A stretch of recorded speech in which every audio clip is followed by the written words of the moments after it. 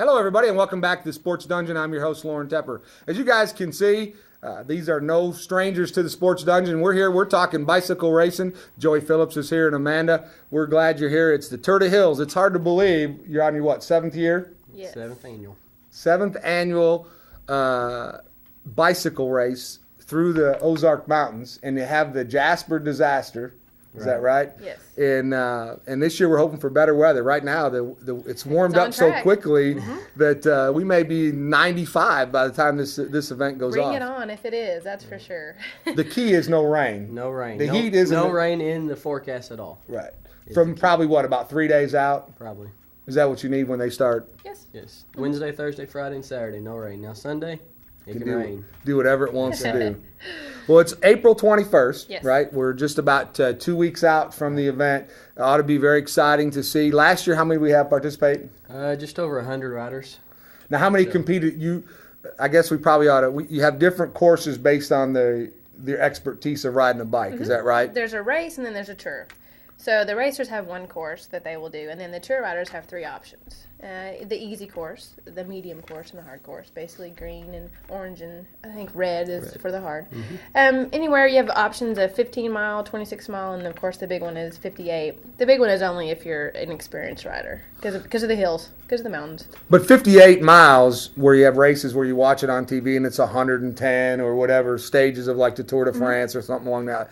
This is 58 of the toughest miles that some of these riders are going to see, the steepness of these hills. And when you go down there through Ponca and things like that, that's crazy.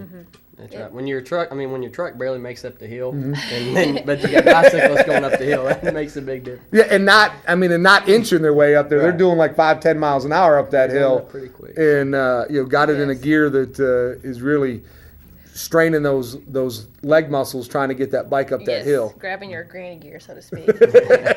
I think the biggest percentage of the climb is like a 15% grade, so it's pretty steep. That's huge. I mean, I don't even want to think about driving it in my car, right? Let alone driving down there on a bicycle. Because, eventually when you all things that go up must come down. And coming down is on the backside of that doesn't seem like... the backside is, it's really quick, crooked and all that going down, deep drop-offs to the side of the road and all that. So. And you could wipe out pretty easily getting some gravel out there. And there is no shoulder there, so it's if you wipe out in that turn, there's a long way to go. Yes, that is correct. And nobody can find you. Well, that's why we have... people that follow the racers in different categories. We have about 6 or 7 different following vehicles. Okay, last year you said you had 100. How many competed actually in the real monster course? You're looking about 70 racers. Now the two of you have worked very hard to get this sanctioned. Now this has actually become now a tour stop. Is that correct for some of the races?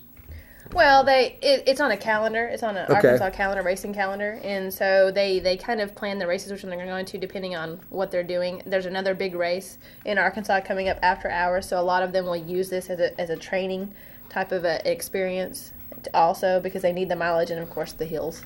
So it just kind of depends on what's on their schedule, what's on the racer schedule. Tour riders, they're just out to look for the mileage. And for the rest stops and for the camaraderie that goes along with it. A lot of people like to do the shorter loops for families, kids that have just started biking. So we want to kind of hit for everybody, give them a course for everybody. But the race itself, it started about 5 years ago. It had been a tour for a couple of years, and we thought we need to expand. And so we actually offer a 15-mile option, a 26 and a 48 for the tour, and then of course the race is 58. So because of the race, we thought we needed to, give them something, and we offer a $1,200 prize purse for that. It's a 5 different category race. So depending on where you race at is where you enter, and then try to get some money. Have you ever rode it on your bike? No, I've not rode the disaster. I rode part of it, not all of it. Don't ask me either. I know better than to ask you that. I'm asking the lady who's out riding her bike or, running somewhere or, chasing her daughter, whatever she's doing. I mean, she's doing something that's crazy, right? Yes, usually. That's right. I try. Let's talk about how this event you said it started as a tour, but it takes a lot of people to put this off. Right. Now, it does put a lot of people in. Parks and Rec, they started this 7 years ago. Like the first 2 years was just a tour, and then 5 years ago we had the race. Well, I guess this is probably the 4th year at the Kiwanis Club.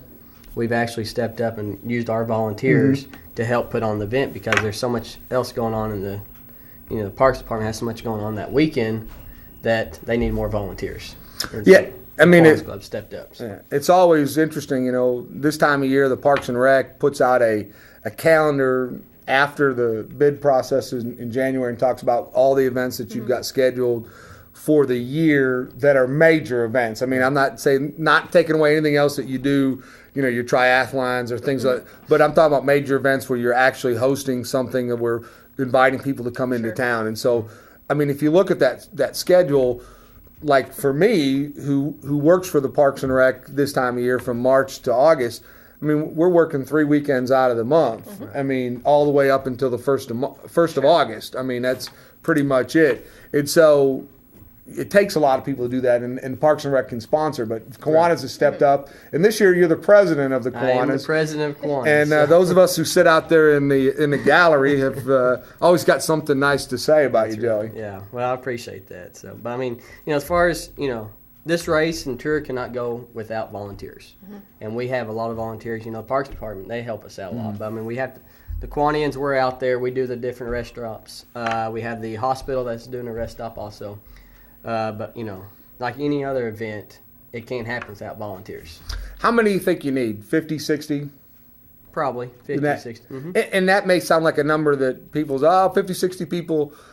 That's a lot of folks. I mean, that takes a lot, and it's a commitment. Whether you've got an hour or you got 5 hours, however it is, they can utilize you to come out. Absolutely. Go sit at Ponca at the Buffalo Outdoor Center. I think that's one of your stops. Is that right, or have you moved it? We've moved it area. I mean, the different stops we have one down at 7206. Okay. That's for the 26-mile race or the tour rides.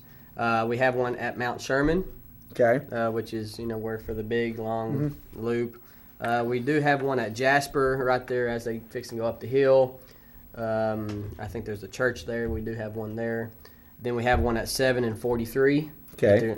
Those are the ones at Kiwanis Club we take care of. And then the hospital takes care of one up at Compton Mountain. So, okay. Or Compton. So. And on our website, there are detailed route maps.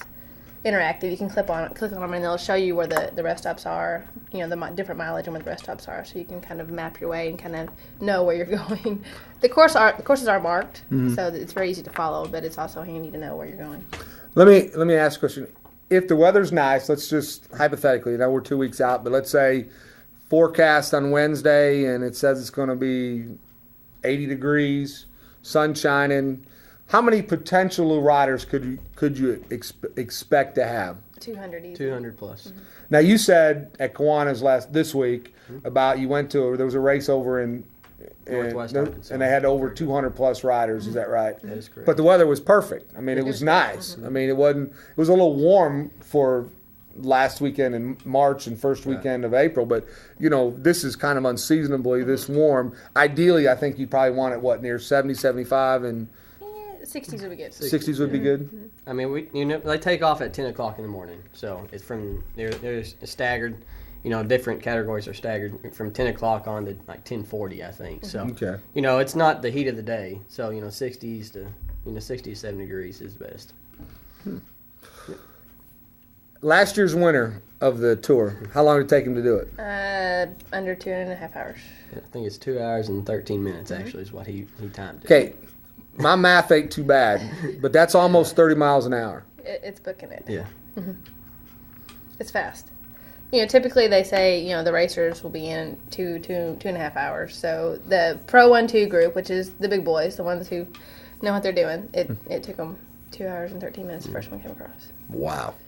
Well, let's take a short break. We come back. I had a couple other questions I want to ask you about previous years and things like that, and we can go from there. We'll be right back.